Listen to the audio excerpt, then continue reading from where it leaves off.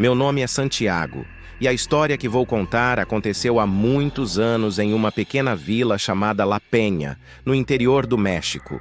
Era uma daquelas aldeias esquecidas pelo tempo, onde a modernidade parecia ter passado ao largo, deixando as pessoas presas a antigos costumes e superstições.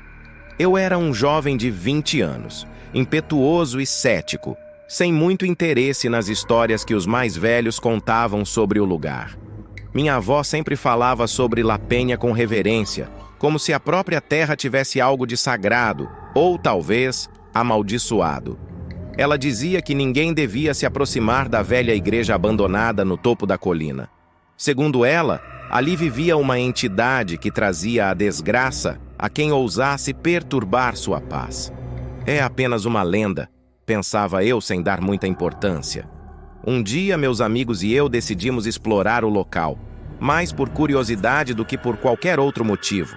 Era uma noite de lua cheia, e a colina parecia chamar por nós, como um convite irresistível para desafiar o desconhecido. Subimos até o topo, onde a igreja abandonada se erguia como uma sentinela solitária, suas paredes de pedra desgastadas pelo tempo. A porta estava entreaberta, rangendo levemente com o vento. Entramos, iluminando o interior com nossas lanternas. O ar estava denso, pesado, e havia um cheiro estranho, algo como incenso misturado com podridão. As paredes internas estavam cobertas de grafites antigos, alguns parecendo rituais pagãos que eu nunca tinha visto antes. No altar, uma estátua coberta por um pano preto atraía nossa atenção. Um dos meus amigos, Carlos, o mais corajoso ou tolo entre nós, puxou o pano, revelando uma figura grotesca. Era uma estátua de uma mulher, mas seu rosto estava distorcido em uma expressão de ódio, com olhos vazios que pareciam nos seguir. Deve ser só uma peça de arte macabra, pensei, tentando esconder meu desconforto. Mas quando Carlos tocou na estátua, algo mudou. Um vento frio percorreu a igreja, apagando todas as nossas lanternas de uma só vez. Ficamos em silêncio, apenas o som de nossas respirações pesadas ecoando pelo espaço vazio. De repente, ouvimos um sussurro, baixo, quase inaudível, mas que parecia vir de todos os lados. "Devolvam! O que é meu?" dizia a voz. O pânico tomou conta de nós. Tentamos correr para fora, mas a porta que estava entreaberta agora estava completamente fechada. Batiam nas paredes, tentando encontrar uma saída, enquanto o sussurro aumentava, transformando-se em um grito agudo que reverberava em nossas cabeças. Senti uma mão gelada agarrar meu ombro, virando-me bruscamente, mas não havia ninguém ali. Finalmente a porta se abriu sozinha e saímos correndo para fora, tropeçando uns nos outros na tentativa desesperada de escapar. Descemos a colina o mais rápido que pudemos, mas ao olhar para trás, vi algo que me paralisou. A estátua da mulher estava na entrada da igreja, seus olhos vazios brilhando com uma luz vermelha sinistra, e ela estava sorrindo. Um sorriso cruel que me fez sentir um calafrio percorrer minha espinha. Naquela noite, voltamos para nossas casas em silêncio, sem nunca falar sobre o que vimos. Mas o que aconteceu depois foi ainda pior. Carlos começou a ter pesadelos terríveis, e sua saúde se deteriorou rapidamente.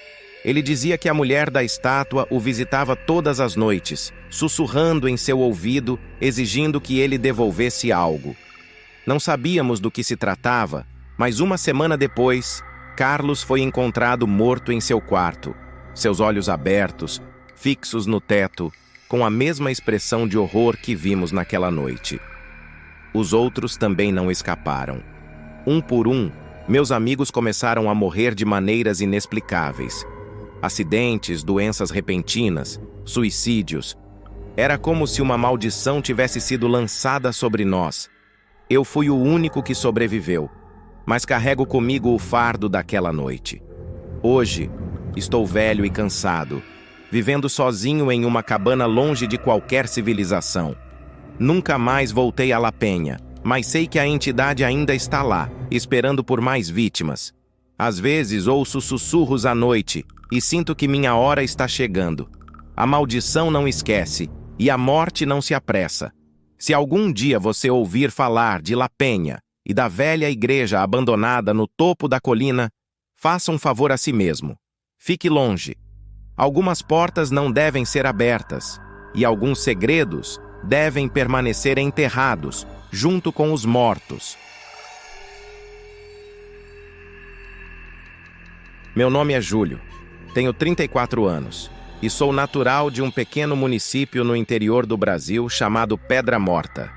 É uma daquelas cidades que não aparecem nos mapas, um lugar esquecido pelo tempo, onde as pessoas conhecem umas às outras e os segredos são enterrados junto com os mortos no cemitério atrás da igreja.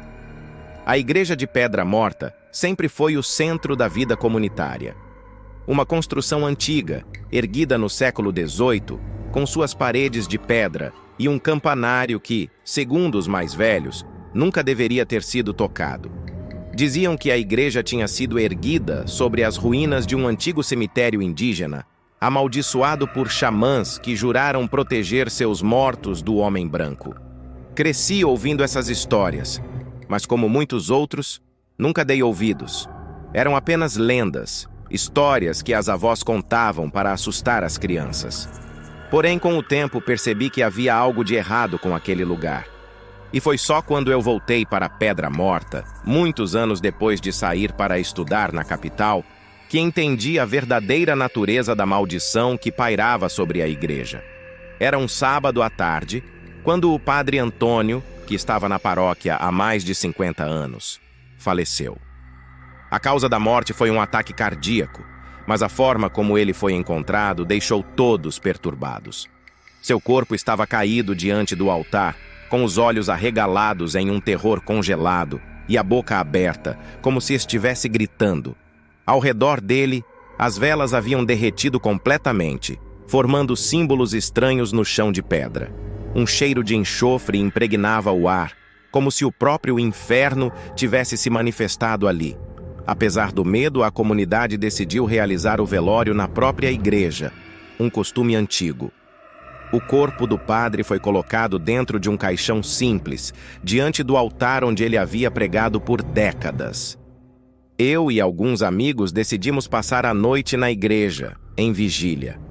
Havia algo de errado naquele lugar, e todos nós sentimos isso, mas não sabíamos a dimensão do horror que estava prestes a acontecer. Naquela noite, o clima estava pesado. As paredes de pedra pareciam absorver o calor, e o ar era sufocante. À meia-noite, as velas que havíamos acendido começaram a piscar, apesar de não haver vento. Lembro-me claramente de um som estranho, como um sussurro distante vindo do campanário. Subitamente, as portas da igreja se fecharam com um estrondo, como se uma força invisível as tivesse trancado. Tentamos abri-las, mas era impossível. Foi então que a temperatura começou a cair. O frio invadiu a igreja e uma névoa fina, quase imperceptível, começou a se formar no chão, rastejando como se estivesse viva. Ouvimos passos, mas não víamos ninguém. Os sussurros aumentaram, se tornando gritos agudos que ecoavam pelas paredes, e o cheiro de enxofre ficou insuportável. Foi quando olhamos para o caixão do padre Antônio. O caixão começou a balançar levemente. No início, achamos que era apenas nossa imaginação, mas logo ficou claro que algo dentro dele estava se mexendo. O caixão tombou, e o corpo do padre rolou para fora, mas o que vimos não era o corpo do homem que conhecíamos. Sua pele estava apodrecida.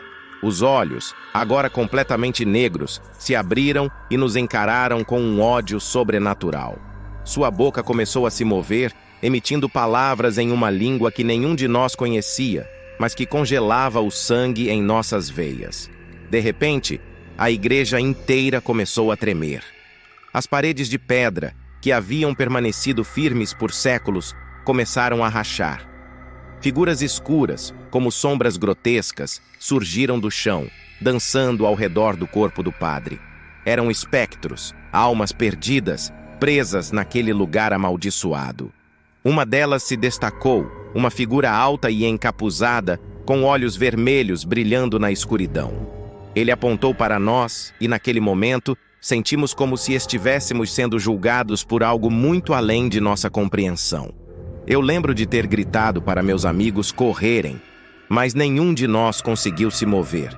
Estávamos paralisados pelo terror. As sombras começaram a nos cercar, e cada vez que uma delas tocava alguém, a pessoa caía no chão, contorcendo-se em agonia, como se estivesse sendo devorada por dentro.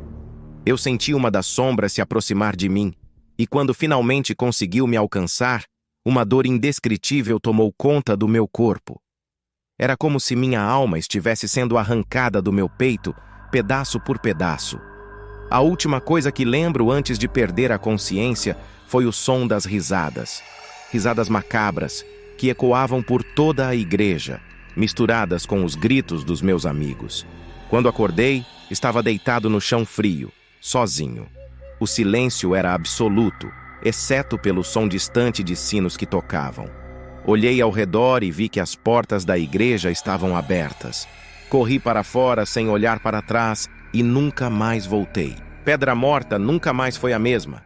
A igreja foi selada e os corpos dos meus amigos nunca foram encontrados. Os poucos que sobreviveram àquela noite, inclusive eu, se mudaram para longe, tentando esquecer o que aconteceu. Mas o terror daquela noite ainda vive em minhas lembranças, atormentando meus sonhos. Dizem que, em noites sem lua, as risadas e gritos ainda podem ser ouvidos vindos da igreja abandonada. E aqueles que ousam se aproximar sentem uma presença observando, esperando por novas almas para devorar. Pedra Morta é um lugar que o tempo esqueceu. Mas aqueles que sabem o que aconteceu naquela noite nunca esquecerão. A igreja permanece como um monumento ao horror, uma lembrança de que alguns segredos devem permanecer enterrados e que certas portas nunca deveriam ser abertas. Meu nome é Rajesh e esta é uma história que nunca contei a ninguém.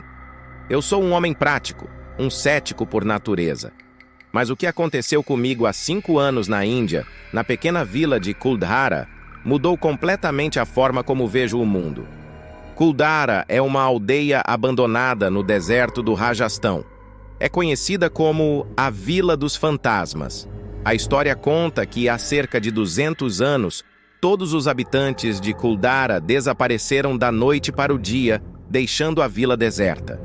Desde então, ninguém viveu lá novamente. Os locais dizem que a vila está amaldiçoada. Eu era jornalista, um repórter investigativo, e a ideia de investigar o que se passava em Kuldhara me intrigou. Minha equipe e eu decidimos passar uma noite na vila para desmentir as lendas e escrever uma reportagem sobre isso. Chegamos ao entardecer, e o lugar era assustadoramente silencioso. As ruínas de casas de barro, as ruas desertas, o vento assobiando através das janelas quebradas. Tudo parecia tirado de um pesadelo. Montamos nosso acampamento no que parecia ter sido a praça principal da vila. Começamos a explorar os arredores enquanto ainda havia luz do dia. Nada parecia fora do normal, apenas uma vila antiga e abandonada. Mas à medida que o sol começou a se pôr, uma sensação de desconforto tomou conta de nós. O crepúsculo trouxe consigo um silêncio absoluto, como se o próprio deserto estivesse segurando a respiração. Decidimos então acender uma fogueira no centro da praça para espantar o frio crescente da noite e a escuridão que nos envolvia. Às 10 da noite, tudo parecia calmo, embora todos nós estivéssemos estranhamente nervosos. Decidimos revezar nas vigílias para garantir que nada acontecesse durante a noite. Eu fui o primeiro a assumir o turno. O tempo passava devagar. O vento assobiava e eu comecei a ouvir coisas que não conseguia explicar. Era como se sussurros ecoassem ao meu redor, mas não havia ninguém ali, além de meus colegas adormecidos. Meia-noite chegou e com ela algo mudou. O vento parou abruptamente e o ar ficou denso, pesado. Olhei para o céu e as estrelas que antes brilhavam intensamente, agora estavam cobertas por uma espessa camada de nuvens negras. Foi então que vi algo que fez meu coração parar. No meio da praça, Onde não havia nada antes, agora havia uma figura. Um homem, alto e encurvado, com roupas rasgadas e olhos que brilhavam com um estranho tom vermelho. Ele não se movia, apenas me encarava fixamente. Senti um frio intenso percorrer minha espinha. Era como se o tempo tivesse parado. Tentei gritar, mas minha voz não saiu. Eu estava paralisado pelo medo. A figura começou a se aproximar, passo a passo, lentamente. Seus pés não tocavam o chão. Ele flutuava, e sua forma parecia mudar, ficando cada vez mais distorcida e irreal à medida que se aproximava. De repente, o homem começou a falar, mas suas palavras não faziam sentido. Era uma mistura de línguas antigas, como se estivesse amaldiçoando algo ou alguém.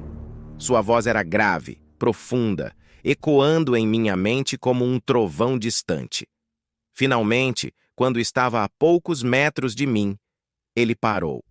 Olhei diretamente em seus olhos e o que vi foi puro ódio, como se estivesse prestes a devorar minha alma. Então, tudo ficou escuro. Acordei na manhã seguinte deitado na praça com o sol quente sobre mim. Minha equipe estava ao meu redor, preocupada. Eles disseram que me encontraram desmaiado e gelado como um cadáver, murmurando palavras incoerentes. Eu sabia que algo terrível tinha acontecido naquela noite, algo que não podia ser explicado racionalmente. Decidimos sair de Kuldara imediatamente. Enquanto nos afastávamos, olhei para trás e vi a figura novamente, parada na entrada da vila, observando-nos partir. Desde aquele dia, nunca mais voltei a Kuldara, nem falei sobre o que aconteceu. Mas às vezes, nos meus sonhos, vejo aquele homem, com seus olhos vermelhos, observando-me das sombras, esperando, talvez, para me levar de volta àquela noite em que a realidade e o pesadelo se tornaram uma coisa só. E agora que compartilho essa história com você, sinto um calafrio no ar, como se ele soubesse que estou falando dele. Cuidado ao explorar o desconhecido. Algumas lendas não são apenas histórias, e alguns lugares não deveriam ser perturbados. Não se esqueça de se inscrever no canal e deixe seu like. Ative o sininho para receber as notificações dos novos vídeos. Obrigado!